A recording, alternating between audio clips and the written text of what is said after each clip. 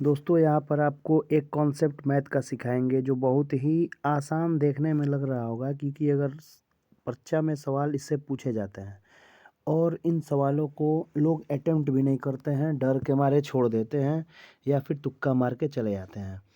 यहाँ पर आपको देखा होगा कि अगर आपको पता होगा कि 3 से विभाजिता का नियम सबको पता रहता है कि 3 के सारे अंकों को जोड़ लो, 3 से कटे तो कटे, नहीं कटे तो नहीं कटेगा 3 से भी।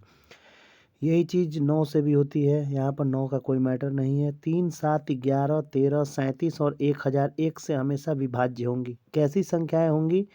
तो उनके कहा गया है कॉन्सेप्ट में कि अगर किसी संख्या में कोई अंक 6, यहाँ पे दिख रहा है ना, 6 बार लगातार लिख दिया जाता है। जैसे 2 6 बार लिख दिया गया, 1 6 बार लिख दिया गया। यहाँ पर देखिए 2 लिखा गया है ना 6 बार, 1 2 3 4 5 6 बार। उसी प्रकार यहाँ पर देखिए 6 बार लिखा हो या फिर 6 के गुणज में लिखा हो। यहाँ पर देखिए 3 कितनी बार लिखा गया है, 1 2 3 4 5 6 7 8 9 10 11 12, यानी कि 6 दूनी 12 बार लिखा गया है। उसी प्रकार 4 देखिए 18 बार लिखा गया है। यहाँ पर देखिए कितना बार लिखा है, 1 2 3 4 5 6 7 8 9 10 11 12 13 14 15 16 17 18 बार गिन सकते हैं आप। ये किस किस चीज़ से कटेगा?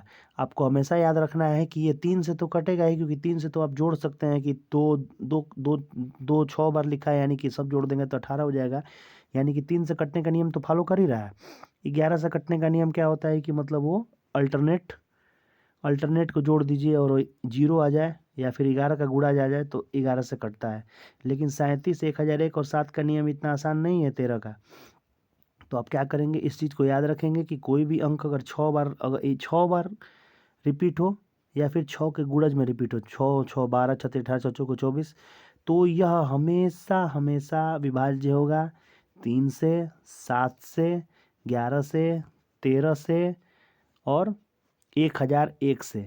अब इसके लिए आपको हम सवाल दे रहे हैं, नोट करिए कि अगर कोई संख्या या फिर कोई संख्या नहीं, आप प्रश्न लिखिए, आपको हम मुँह ज़बानी सॉल्व करा दे रहे हैं। देखिए, अगर आपसे पूछे कि 7 को 100 बार लिखा गया है और उसको 13 से भी भाग दिया जाता है, ठीक? प्रश्न आप लिख लिए।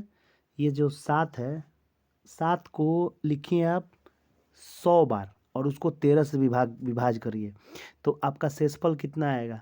तो दोस्तों इसको आप सॉल्व करेंगे तो कितना समय लगेगा? घंटा, 3 घंटा लग जाएगा, अगर 7 को 100 बार लिख के अगर भाग देंगे तो। लेकिन इस ट्रिक से आपको पता है कि अगर 7 को, अगर कोई भी संख्या को अगर 7 6 के गुणज के रूप में लिखा जाए, यानी कि 6 का पहाड़ा आप कितना बार पढ़ेंगे? 16 बार पढ़ेंगे तो 96, 107 लिखा है लाइन से। यहाँ पर आपको दिख रहा है कि 96, 100 बार लिखा है, उसमें से जो 96 बार 7 लिखा है वो 13 से कट जाएगा। बाकी का लास्ट का 4 ठे, जो 96 के बाद 4 अंक बचेगा, 7 7 7 7 से 7777 बचेगा, जिसको 13 से भाग देना है।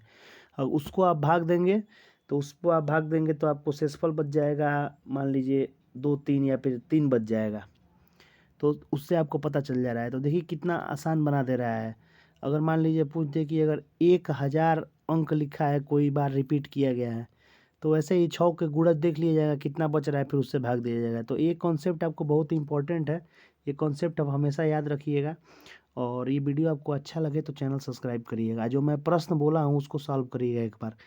7 को 100 बार लिखा जाता है और 13 से भाग दिया जाता है, तो कितना शेषफल बचता है? अच्छा लगे वीडियो कमेंट करके बताएं। चैनल जरूर सब्सक्राइब करें और दोस्तों के साथ